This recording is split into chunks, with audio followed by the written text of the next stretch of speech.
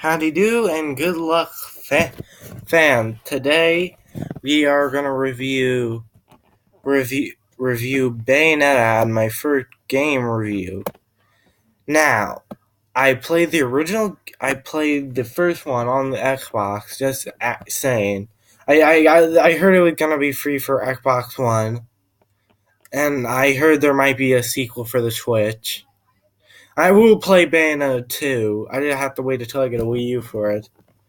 I will play. I went totally blind. I didn't look up any gameplay like I usually do. The characters were kind of funny, and they were kind of good in a way. I really want to see them. And when the most weird thing, almost to the end. And by the way, spoilers. I mean, when I say spoilers. Uh, I thought Luca was gonna die, and we're not gonna see him in the sequel. And I would kind of ride. Luca did not appear in the sequel, but the most weird thing is how the villain appeared in the movie, the blood fade of Bayonetta. Okay, so I think the movie take place before the event of Bayonetta 1.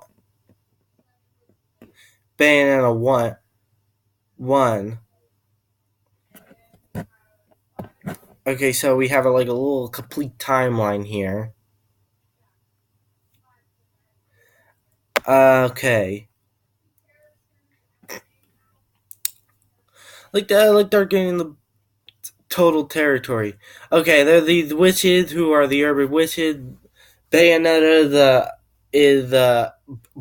was born between light and darkness, so they think she the outcast.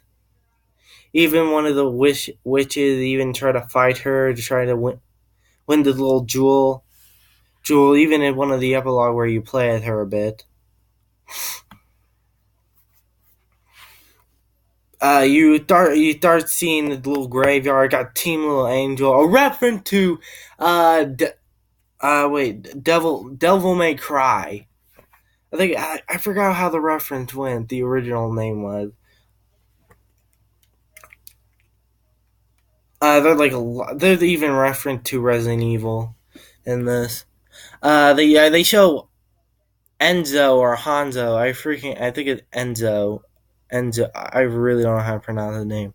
Peeing on a coffin, and they're trying to go to a grave to not resurrect Eggman and Destroyer. Sonic reference. You forgot that was made by Sega. Sega, the people who brought you Sonic, and will only do Sonic until we start to go new game series. Yeah, I don't judge them for that. They the angel enemy started appearing until we could get Bayonetta do some action scenes, and there are a few action scenes, and I kind of like them a bit. I like the action scenes.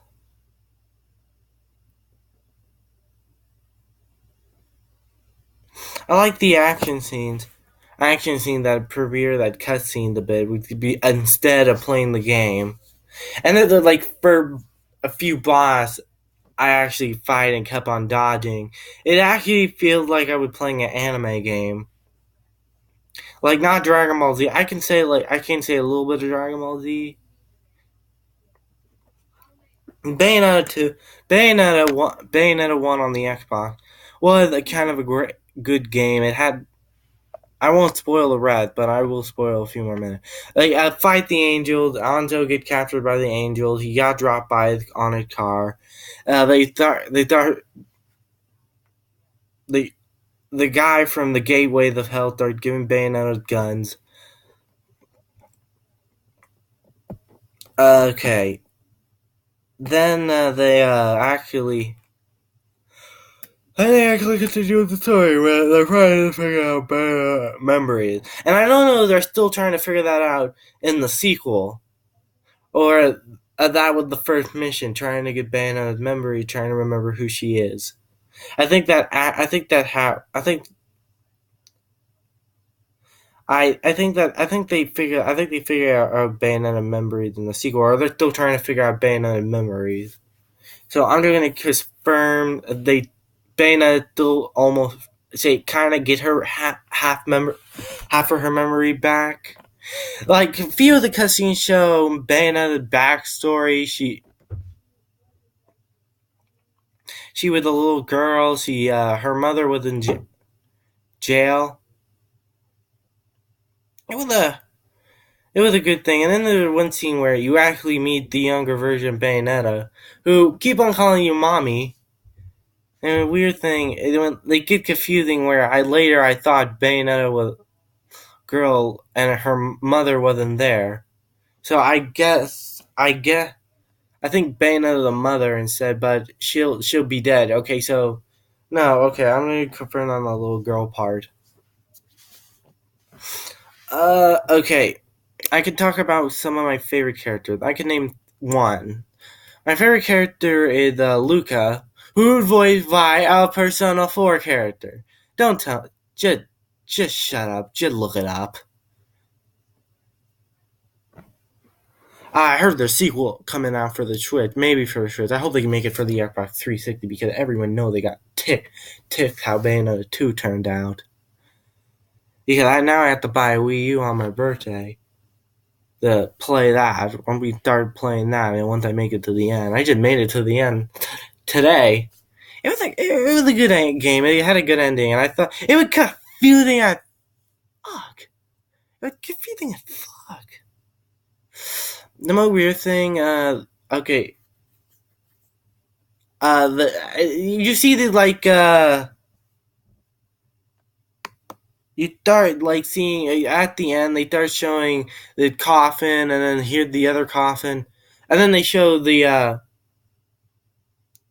Bayonetta at like Mary outfit, where the most confusing thing, she come out of the coffin.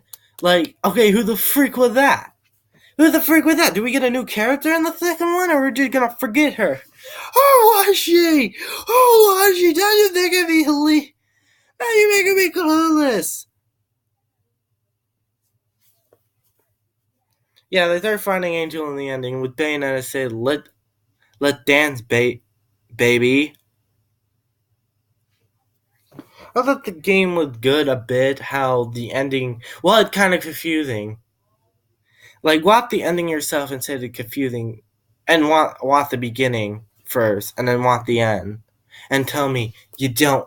It's confusing as heck.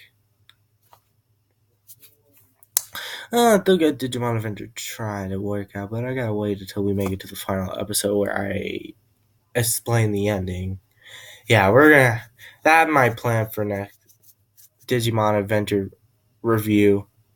Digimon Season 2 review. That's what I'm doing for Season 2. I'm not gonna explain the end yet, but I will explain Digimon Adventure Try, because if we did go to the ending and oh god, we took a beta review. If we go to the ending already, it's just gonna leave filler. If we if we put Digimon Adventure Try, that it connected to 02, if we ever see the 02 characters, all in teens, even though I hope we get a 02 try. I hope we get a 02 try. Cross your fingers who want to see a teenage version of like, Yomi, Cody, and oh, what was the name? I forgot his name. I'm gonna name him a Dasuke. I think that or Dusuke. I think that's how you pronounce his name. I'm gonna say guy with the goggles. No, I'm just kidding. Guy with the goggles. Okay, the story was great. The character was great. And I like how they got the voice of Persona character Ryuji, or I'm planning, or Yusuke. I think his name was Yusuke or Ryuji. Yusuke. They I'm not saying Yosuke. That a movie for another day. Another day. To voice Luca, but when you watch the movie, The Bloody Faith of Faith, he's voiced by a totally different character. Like, we're expecting. Oh, come on. He's still alive. And the more weird thing,